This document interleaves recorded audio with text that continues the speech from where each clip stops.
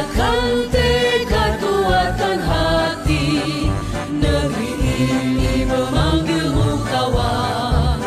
Belajar bergerak berbagi untuk negeri, guru penggerak majukan pendidikan. Guru penggerak menghamba pada murid, kreatif rancang pembelajaran. Hargai potensi, tingkatkan prestasi, lahirkan profil pelajar Pancasila. Belajar bergerak berbagi untuk negeri, kita menjalin kolaborasi. Belajar bergerak berbagi untuk negeri, demi bakti pada Ibu Pertiwi.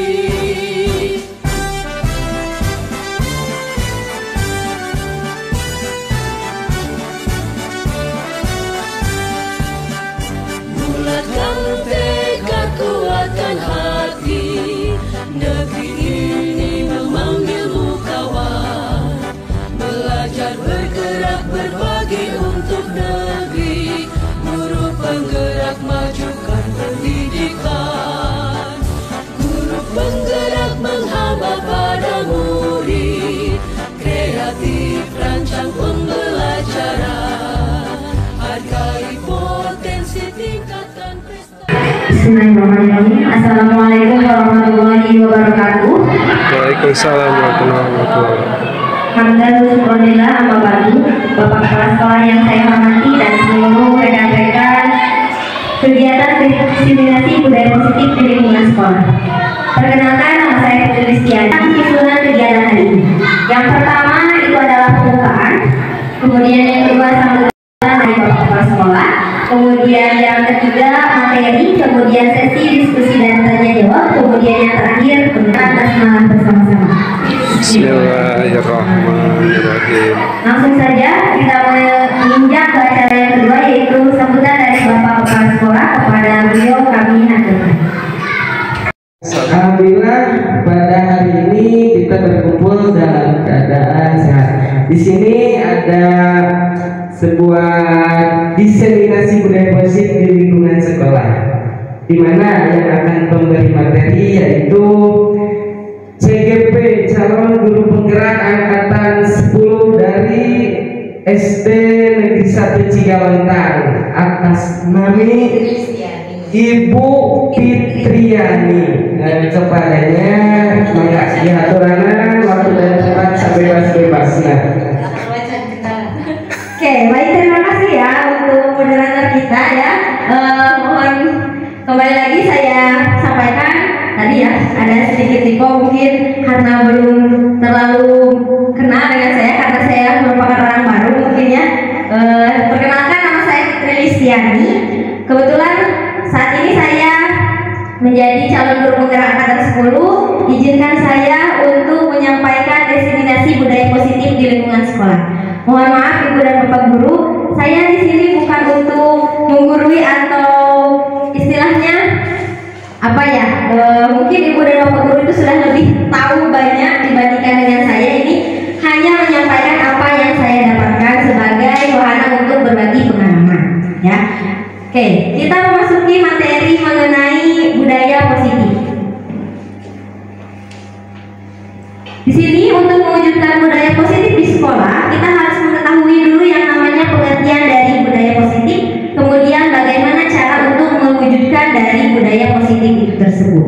Nah, di sini pengertian dari budaya positif itu adalah bisa dikatakan sebagai implementasi penerapan kebiasaan yang dilakukan masyarakat dalam keseharian sehingga itu dapat memberikan dampak yang baik. Nah, itu juga dapat kita lakukan di lingkungan sekolah sebagai upaya menciptakan seorang murid yang merasa dirinya merdeka tetapi memiliki role modelnya sendiri. Jadi walaupun dikatakan kita merdeka dalam pembelajaran, tetapi kita masih mempunyai aturan yang mengikat di dalamnya. Sebagaimana bahwa pembelajaran itu harus sesuai dengan kodrat alam dan kodrat zaman, seperti itu. Kemudian bagaimana sih cara untuk mewujudkan budaya positif? Di sini ada 8 cara. Yang pertama itu tanamkan dulu nilai-nilai kebajikan. di mana nilai kebajikan itu akan memberikan energi positif kepada siswa untuk melakukan hal-hal yang bersifat positif. Kemudian yang kedua itu membangun motivasi intrinsik. Nah, berkaitan dengan motivasi intrinsik atau yang berasal dari dalam diri manusia, itu berkaitan dengan hati nurani kita. Nah, di mana motivasi ini berkaitan dengan kemauan yang muncul dari diri sendiri. Sehingga ketika diri kita itu menginginkan sesuatu hal yang lebih baik, maka mereka akan terdorong untuk melakukan hal-hal yang bersifat baik. Kemudian, mewujudkan disiplin positif. Nah, tentu saja ketika kita mempunyai motivasi, hal-hal itu akan diwujudkan melalui perbuatan kita. Kemudian yang keempat, pemenuhan atau memenuhi kebutuhan dasar murid sebagai manusia. Nah, nanti kita akan bahas apa sih kebutuhan manusia itu. Kemudian kita membuat keyakinan kelas. Kemudian kita sebagai guru harus memiliki posisi kontrol. Kemudian hilangkan hukuman dan penghargaan. Dan yang terakhir itu melakukan segitiga restitusi. Lanjut. Nah, yang pertama kita bahas mengenai nilai kebajikan. Nilai kebajikan itu sering dikaitkan dalam kegiatan profil belajar Pancasila, ya, di mana ini akan berkaitan dengan penguatan karakter pada siswa, mulai dari bertakwa kepada Tuhan, kemudian mandiri, bernalar kritis, kemudian kreatif, gotong royong, dan berkebinekaan global. Kemudian yang kedua itu membangun motivasi. Nah, motivasi intrinsik itu yang berkaitan dengan motivasi diri manusia, di mana yang pertama itu untuk menghindarkan ketidaknyamanan atau hukuman. Yang kedua, untuk mendapatkan imbalan atau penghargaan dari orang lain. Nah, sebagai mana kita ketahui, setiap orang itu memiliki keyakinan dalam dirinya ketika berbuat baik maka akan mendapatkan kebaikan. Namun, ketika motivasi ini tersimpan tidak sesuai dengan role-nya, maka itu bisa menjadi bumerang, ya. Kemudian yang terakhir, untuk menjadi orang yang mereka inginkan dan menghargai diri sendiri dengan nilai-nilai yang mereka percayai. Ya, selanjutnya yang ketiga, mewujudkan disiplin positif. Nah, disiplin positif itu adalah bagaimana cara kita mengontrol diri dan bagaimana menguasai diri untuk apa? Untuk memilih tindakan yang mengacu pada nilai-nilai yang kita hargai. Nah, dari sini kita harus tahu tujuan dari disiplin positif itu adalah untuk menanamkan motivasi, ya, dalam diri murid-murid kita, sehingga dia itu mampu menghargai diri sendiri dengan nilai-nilai mereka percayai. Selanjutnya, nah ini ada kebutuhan dasar dari manusia. Kita sebagai manusia itu mempunyai 5 kebutuhan. Ketika kebutuhan ini tidak bisa terpenuhi, maka akan terjadi sesuatu respon dalam diri manusia yang menunjukkan atau mengekspresikan bahwa dia itu tidak nyaman atau memberikan respon-respon yang negatif. Seperti misalkan kita membutuhkan kebutuhan atas bertahan hidup, misalkan kita tidak mempunyai makanan, maka kita akan berusaha untuk memenuhi kebutuhan, misalkan dengan bekerja untuk menghasilkan uang, dan uang itu misalkan nanti kita belikan untuk membeli makanan. Kemudian penguasaan atas pengakuan atau kemampuan, kesenangan, kebebasan, dan kasih sayang dan rasa diterima. Nah, sehingga ketika semua nilai ini sudah terpenuhi, maka kita akan menjalani keseharian itu dengan seimbang. Selanjutnya, nah, berkaitan dengan budaya positif, kita akan sering bertemu dengan istilah membuat keyakinan kelas. Berbeda dengan aturan sekolah atau tata tertib. Jika tata tertib itu sudah terpampang tanpa murid ketahui siapa yang membuatnya, maka kalau keyakinan kelas itu harus dibuat bersama-sama dengan murid dan juga guru dan disepakati oleh semuanya, sehingga tidak terkena istilahnya terpaksa, karena ini merupakan yang diyakini oleh semuanya.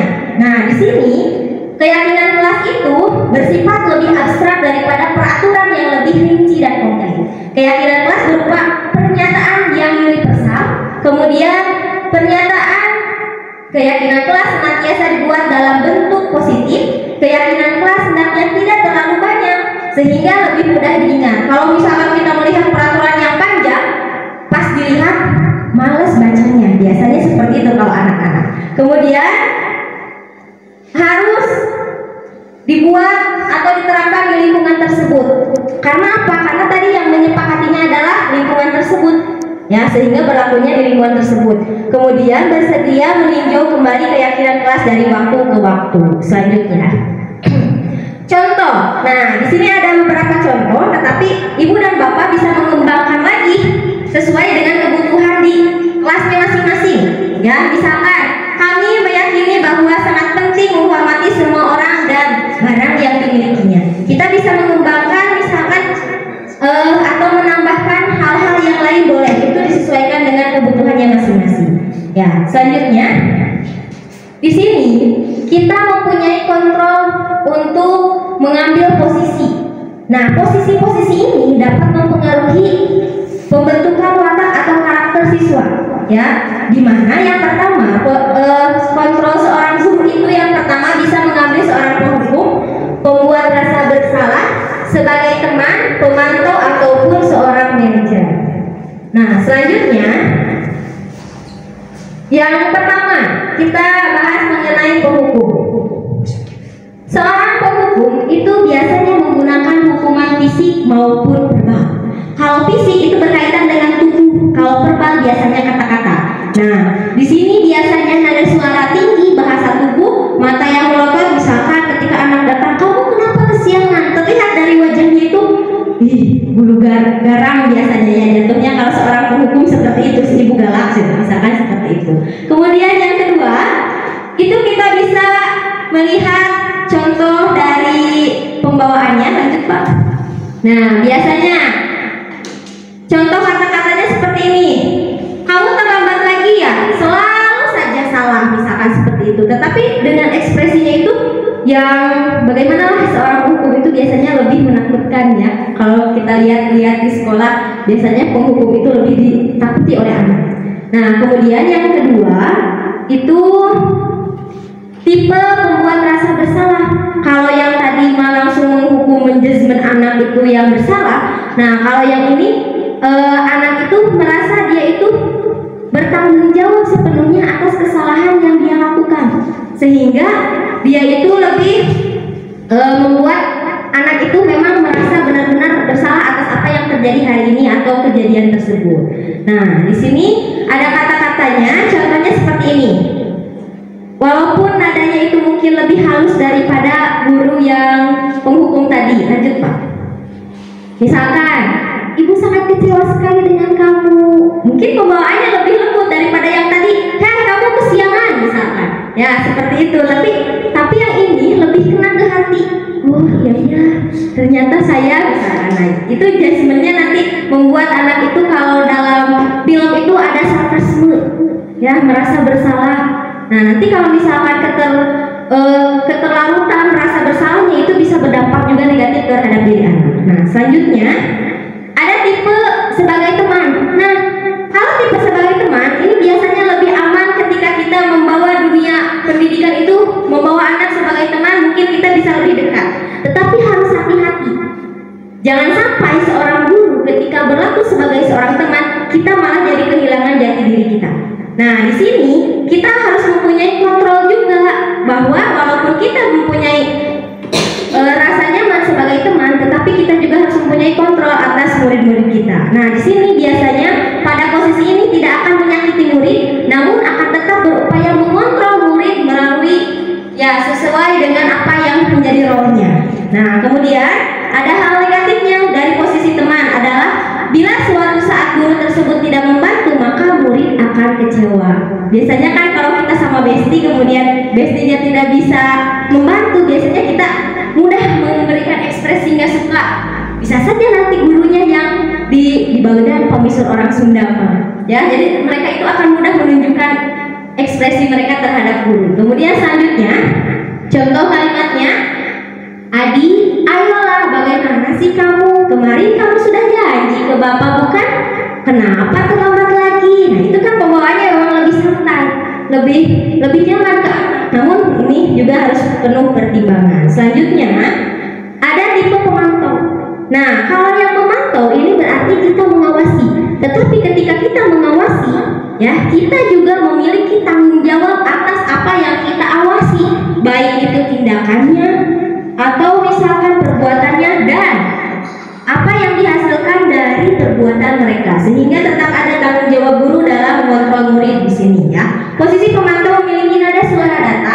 dan bahasa tubuh yang formal. Kemudian contohnya, peraturannya apa? Apa yang telah kamu lakukan? Nah, sanksi atau konsekuensinya apa? Nah, seperti itu.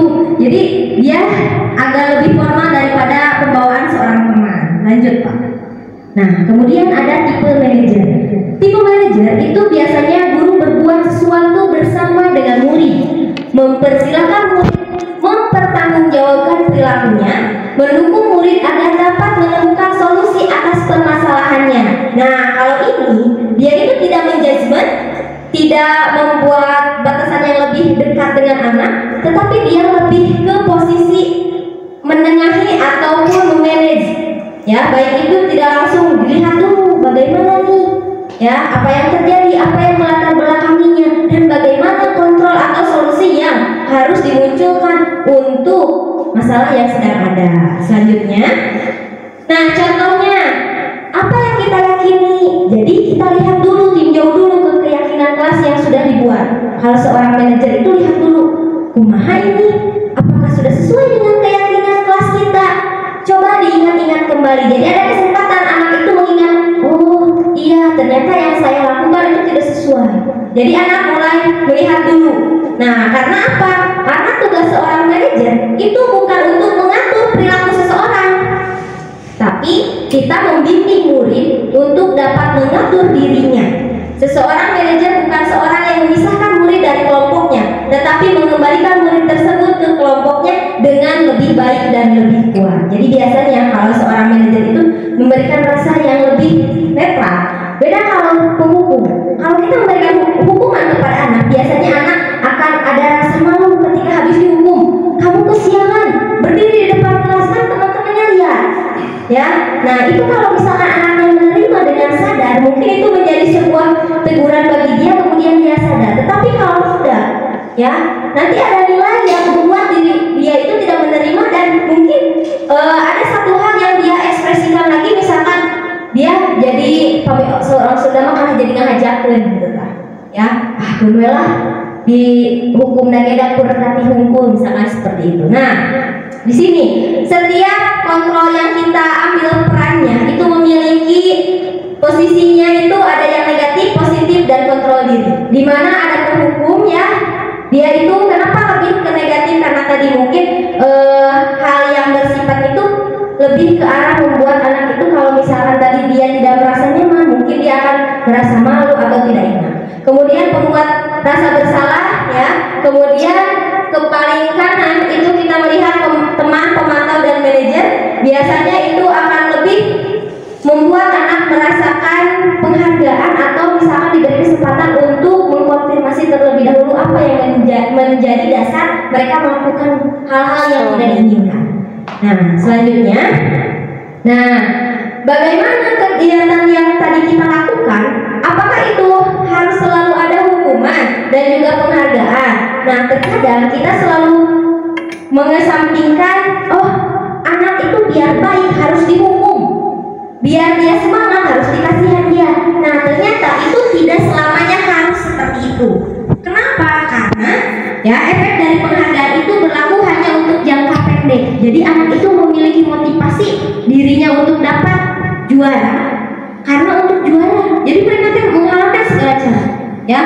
Tapi boleh enggak ada penghargaan? Boleh sebagai motivasi, tetapi itu tidak boleh dijadikan acuan, ya, untuk melakukan suatu hal. Jadi itu hanya sebagai pemancing atau penyemangat bagi anak. Tetapi ingatkan kita bahwa ketika anak tidak bisa meraih hal tersebut, jangan dijadikan alasan atau membuat dia down. Jadi gunakan itu sebagai, nah kita harus bisa menyeimbangkan dua hal tersebut. Kemudian kadang si penghargaan itu tidak efektif karena ada yang ini, hadiahnya cuma buku doang, buku mah besok juga beli dari mama, misalkan seperti itu. Nah itu ketika tidak efektif. Kemudian merusak suatu hubungan, kemudian menurunkan kualitas. Karena apa? Karena tadi mereka itu lebih cenderung untuk mendapatkan hasil, mereka akan menghalalkan segala cara. Kemudian mematikan kreativitas. Kemudian penghargaan itu bisa menjadi sebuah hukuman. Kemudian yang terakhir, menyulitkan anak memiliki motivasi intrinsik. Ingat, motivasi intrinsik itu kan berasal dari diri. Kalau misalkan mereka mengejar hadiah, berarti motivasi intrinsiknya itu tidak ada karena bukan kesadaran dari diri pribadinya sendiri. Selanjutnya, nah di sini kita bisa melakukan segitiga restitusi dalam menyelesaikan masalah anak. Sebagaimana yang kita ketahui bahwa ketika kita berada di sekolah, kita pasti bertemu dengan masalah-masalah yang berkaitan dengan peserta didik. Nah di sini Diane dalam bukunya Restitution ya. Di sini merancang sebuah tahapan untuk memudahkan para guru dan orang tua dalam melakukan proses untuk menyiapkan anak untuk melakukan restitusi yang bernama segitiga restitusi. Nah, segitiganya itu seperti ini. Lanjut, Pak. Nah, kenapa dia disebut segitiga? Karena memang bentuknya segitiga dan ada 3 sisi di sini. Yang pertama itu menstabilkan identitas. Nah, kita harus melakukan pendekatan ke anak. Nah, setiap orang pasti melakukan kesalahan. Jadi kita tidak boleh langsung menjudge anak itu salah, tidak bisa. Ya, kita harus lihat dulu apakah ini berkaitan dengan kebutuhan dia yang tidak terpenuhi tadi, atau misalkan respon dia protes terhadap sesuatu yang ada di sekolah atau seperti apa. Kita harus melihat dulu. Kemudian yang selanjutnya kita harus memvalidasi tindakan yang salah. Ya, kamu tentu punya alasan mengapa melakukan itu. Tanya dulu. Nah, kenapa kamu kesiangan? Jangan sampai ketika kita sudah menghukum anak, pas kita cari info dari temennya, kenapa anak itu misalkan si B suka kesiangan? Oh, ibu mamanya lagi sakit. Nanti kan yang menjadi beban mentalnya itu yang kena kita. Terkesan kita itu tidak melihat sisi kemanusiaan dari anak tersebut, padahal dia itu mempunyai kebutuhan atau kepentingan yang lain di rumahnya. Nah, kemudian kita harus menanyakan keyakinan. Balik lagi ke keyakinan tadi, apakah yang tadi kesiangan itu sesuai dengan keyakinan kelas atau peraturan yang sudah dibuat? Nah, kita lihat. Oh, nanti anak juga akan berpikir, oh iya ya Bu, berarti nanti saya harus bangun lebih pagi, membantu dulu orang tua, baru ke sekolah tidak kesiangan. Nanti jadi anak itu tidak merasa judgement dia yang salah. Kita tidak terjudge sebagai seorang penghukum atau sebagainya. Selanjutnya, nah di sini ada tabel mengenai langkah dan teori kontrolnya, di mana menstabilkan identitas kita semua akan melakukan hal yang terbaik yang bisa kita lakukan. Ingat, berikanlah sesuatu yang membuat anak merasa nyaman, ya, sehingga dia itu dapat memberikan meluapkan apa yang sedang dia rasakan. Kemudian kita harus dapat memvalidasi tindakan yang salah, ya, langkah keduanya itu. Nah, di sini semua perilaku yang pasti memiliki alasan, kita tanyakan alasan dia melakukan hal tersebut. Yang ketiga yaitu menanyakan keyakinan. Nah, kita semua memiliki motivasi internal, kita lihat dan tanyakan, kemudian kita lihat lagi apakah hal-hal tersebut sudah sesuai dengan apa yang sudah kita sepakati sebelumnya. Ya, mungkin hanya itu yang dapat saya sampaikan. Saya kembalikan ke moderator. Terima kasih. Wassalamualaikum warahmatullahi wabarakatuh. Waalaikumsalam. Ya, alhamdulillah pemberian materi kaitan diseminasi disiplin di sekolah telah selesai. Pemaparan yang bermanfaat dan jelas. Jadi Ibu cenah pirang tunon ditutup dengan pantun. Badai di pantunan atuh. Mangga cenah sesi tanya jawab ya. Mangga Bapak Ibu pilih aya nu bade tanya jawab. Pertanyaan Bu. Mangga hiji oge cek apa? Ibu, upami tidak ada berarti sudah sangat dipahami Bu materinya. Iya, sudah. Cukup. Ya, alhamdulillah ya Bu, materinya selesai. Jadi pengganti pertanyaan saya simpulkan dalam materi yang barusan pemateri sampaikan. Jadi disiplin di lingkungan sekolah itu kita bermulai dari penumbuhan karakter terhadap murid, yaitu kita arahkan sekarang dalam profil pelajar Pancasila, dimana selanjutnya kita harus membuat kebutuhan atau melayani kebutuhan seorang murid yang tadi, yang ada 5 tentang kesenangan, kebutuhan bertahan hidup dan lain-lain. Setelah itu kita posisikan diri sebagai guru itu di posisi apa dari yang teman, ada yang manajer, tadi yang 5 posisi. Nah, dalam perjalanan di sekolah pasti terjadi berbagai masalah, hal kecil ataupun besar, di mana kita sebagai guru kita harus bisa menjadi sebagai pencari solusi. Dari situ dengan menggunakan segitiga restitusi. Nah, di sana kita akhirnya tercukupi kebutuhan dasar murid, dan mudah-mudahan murid kita dan lingkungan sekolah kita menjadi murid yang merdeka sesuai dengan kodrat alam dan kodrat zamannya. Sekian Ibu kesimpulannya. Kita tutup bersama-sama